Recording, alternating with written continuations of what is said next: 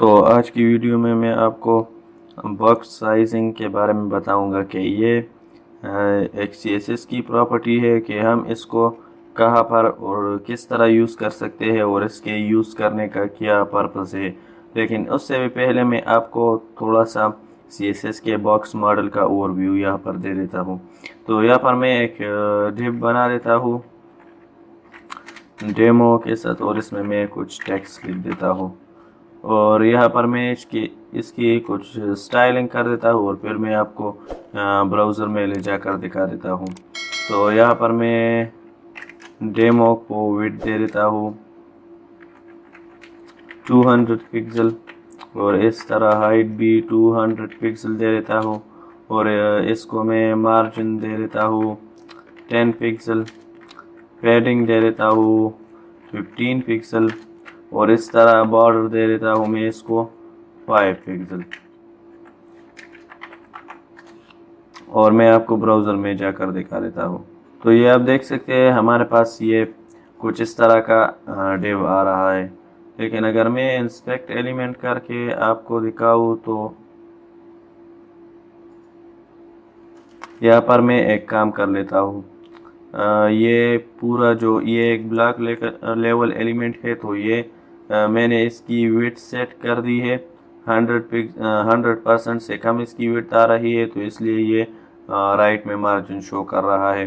लेकिन मैं इसके लिए एक काम कर लेता हूँ, मैं इसको एक पेरेंट डिव इसका बना लेता हूँ और इसको इस पेरेंट डिव में जो है रैप कर देता हूँ और इस पेरेंट डिव की मैं यहाँ पर कुछ स्टाइलिंग कर देता हूँ। मैं इसकी वेट सेट कर देता हूँ मैक्स कंटेंट और इसको मार्जिन टॉप दे देता हूँ 10 पिक्सल। और अब अगर मैं आपको यहाँ पर दिखाऊँ तो ये आप देख सकते हैं हमारे पास ये कुछ इस तरह का डिव आ रहा है। तो बेसिकली भी यहाँ पर मैं आपको CSS का जो बॉक्स मॉडल है उसका मैं आपको थोड़ा सा ओवरव्यू देने वाला हूँ यहाँ पर। और अगर मैं इस पर क्लिक कर दूँ और यहाँ पर आपको ले आऊँ तो ये आप देख सकते हैं ये मार्जिन है, बॉर्डर है, पैडिंग है और इसके अंदर कंटेंट है। तो ये CSS का जो बॉक्स मॉडल होता है वो कुछ इस तरह होता है। जो बिल्कुल सेंटर में होता है वो कंटेंट होता है हमारे पास। जो ये हेलो वर्ल्ड है और ये जो हमने हाइट इसकी सेट कर रखी है तो वो कंटेंट के पार्ट में आ रहा है। अगर मैं इस पर क्लिक करूं और यहाँ पर 200 बाई 200 भी लिखा हुआ है क्योंकि हमने इसकी जो विड्थ है वो 200 लिख दी है। अब जो कंटेंट होता है उसके बाद हमारे पास जो CSS के बॉक्स मॉडल में कंटेंट के बाद पैडिंग आता है। पैडिंग कंटेंट के बिल्कुल नेक्स्ट अप्लाई होता है, उसके बाद बॉर्डर आता है। तो यहाँ पर सबसे पहले तो कंटेंट हो गया, यानी इसको कंटेंट बॉक्स भी बोला जाता है जो जिसमें कंटेंट होता है। कंटेंट बॉक्स के बाद जो पैडिंग जहाँ पर अप्लाई होती है इसको पैडिंग बॉक्स बोला जाता है।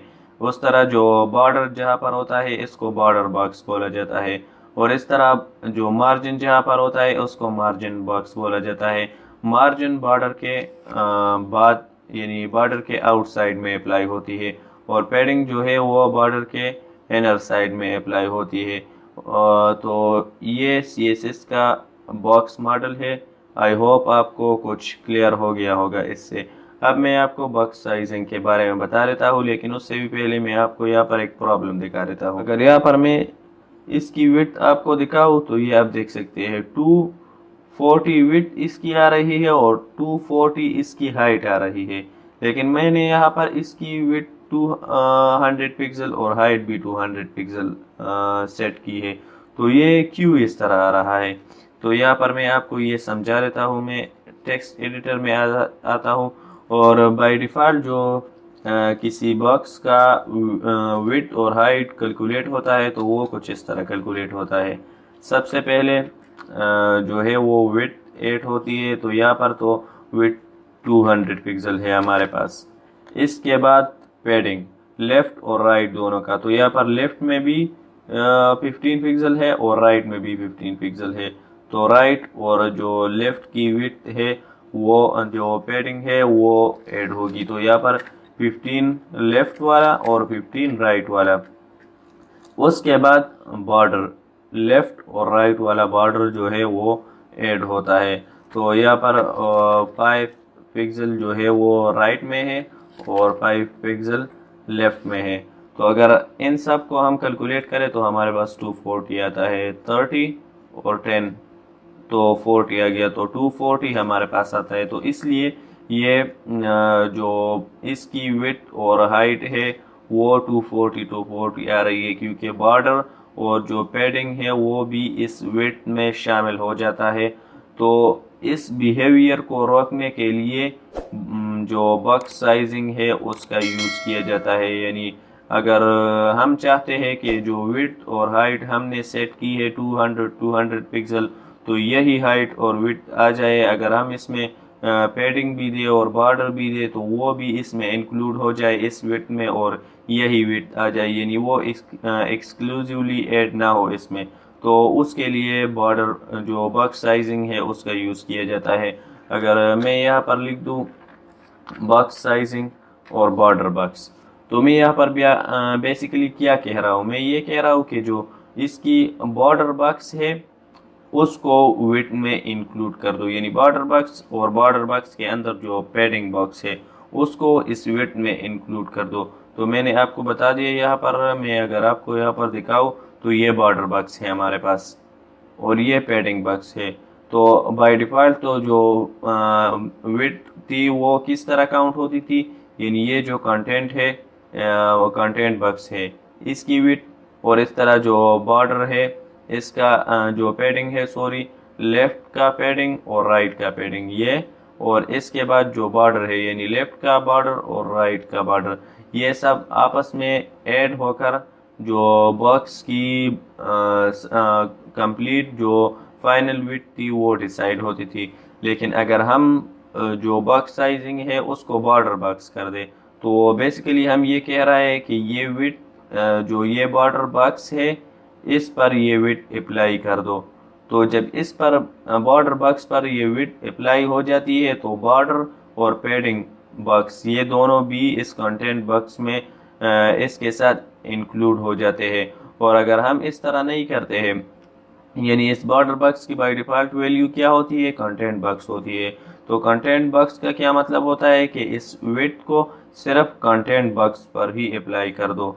तो जब विड्थ सिर्फ कंटेंट बॉक्स पर अप्लाई होती है तो फिर जो पैडिंग है और बॉर्डर है वो इसमें अगर हम कुछ पैडिंग और बॉर्डर इस बॉक्स को देते हैं तो वो उस विड्थ और हाइट में ऐड हो जाती है उसके बाद। लेकिन अगर हम विड्थ को बॉर्डर बॉक्स पर अप्लाई करते हैं तो फिर जो बॉर्डर बॉक्स है और जो पैडिंग है वो इस विड्थ में ही इंक्लूड हो जाती है। तो अब यहाँ पर मैंने जो बॉक्स साइजिंग है वो बॉर्डर बॉक्स कर दी है। अब अगर मैं इसको रिफ्रेश कर दूँ तो और अब आपको दिखाऊँ तो ये आप देख सकते हैं 200 बाई 200 इसकी विड्थ आ रही है। अब मैं इसमें जितने भी जो अगर मैं इसकी पैडिंग को बढ़ाऊँ तो इसके जो विड्थ है उस पर और हाइट पर कुछ भी फ़र्क नहीं पड़ेगा। इस तरह अगर मैं इसके बॉर्डर को भी बढ़ाऊँ तो भी इस पर कोई फ़र्क नहीं पड़ेगा, बल्कि ये 200 बाई 200 ही रहेगा। उसका बॉर्डर और पैडिंग जो है वो बढ़ता जाएगा लेकिन बॉक्स पर कोई असर नहीं पड़ेगा। लेकिन अगर मैं इससे जो बॉक्स साइजिंग है वो रिमूव कर दूँ और अब मैं इसके जो पैडिंग है उसको बढ़ाऊँ तो ये आप देख सकते हैं बॉक्स भी उसके साथ बड़ा हो रहा है, यानी इसकी विड्थ पर इफेक्ट पड़ रहा है। तो बेसिकली यही था बॉक्स साइजिंग। तो इसको जब आप रियल वर्ल्ड में काम करेंगे और CSS पर काम करेंगे तो आप देखेंगे कि जो बॉक्स साइजिंग है और जो पैडिंग और इसकी जो डिफ़ॉल्ट प्रॉपर्टी है यानी कंटेंट बॉक्स साइजिंग है तो उससे बहुत ज़्यादा प्रॉब्लम होती है। यानी अगर आप जैसे कि आपने यहाँ पर देखा हमने 200 विड्थ और हाइट फिक्स कर दी लेकिन पैडिंग और बॉर्डर भी उसमें ऐड हो गया और इसकी उसकी विड्थ जो थी वो हमने जो एक्सपेक्ट किया था उससे ज़्यादा आ रही थी। तो इसलिए अगर ज़्यादातर लोगों को ये समझ नहीं आता तो वो इसमें कंफ्यूज हो जाते हैं कि हमने विड्थ तो इतनी मेंशन कर दी है लेकिन ये इससे ज़्यादा क्यों आ रही है। तो ये इसलिए आ रही है क्योंकि वो विड्थ जो है वो कंटेंट बॉक्स पर अप्लाई होती है और पैडिंग और बॉर्डर उसमें बाद में ऐड हो जाता है। लेकिन अगर आप बॉक्स साइजिंग को बॉर्डर बॉक्स करते हैं तो वो विड्थ और हाइट बॉर्डर बॉक्स पर अप्लाई हो जाती है और पैडिंग और जो बॉर्डर है वो इसमें इंक्लूड हो जाता है। तो ये आपको समझने की ज़रूरत है। दूसरी बात यह है कि ज़्यादातर डेवलपर जब काम करते हैं तो वो सब जो यूनिवर्सल सेलेक्टर है उसको सेलेक्ट करके सब एलिमेंट्स के जो बॉक्स साइजिंग है उसको बॉर्डर बॉक्स करते हैं। यानी अगर वो उस किसी भी एलिमेंट की कोई विड्थ और हाइट स्पेसिफाई करती है तो उतनी विड्थ और हाइट रहनी चाहिए। अगर उसमें चाहे बॉर्डर भी ऐड करे और पैडिंग भी ऐड करे तो उसकी विड्थ पर कोई इफेक्ट नहीं पड़ना चाहिए। तो आपको अगर काम करना है तो आपको सारे एलिमेंट्स का जो बॉक्स साइजिंग है वो बॉर्डर बॉक्स करना चाहिए। तो उम्मीद करता हूँ कि आपको इस वीडियो से कुछ नया सीखने को मिला होगा। तो मिलते हैं नेक्स्ट वीडियो में, तब तक के लिए अपना बहुत सारा ख्याल रखिए और इस वीडियो को लाइक करें, शेयर करें और चैनल को सब्सक्राइब करें।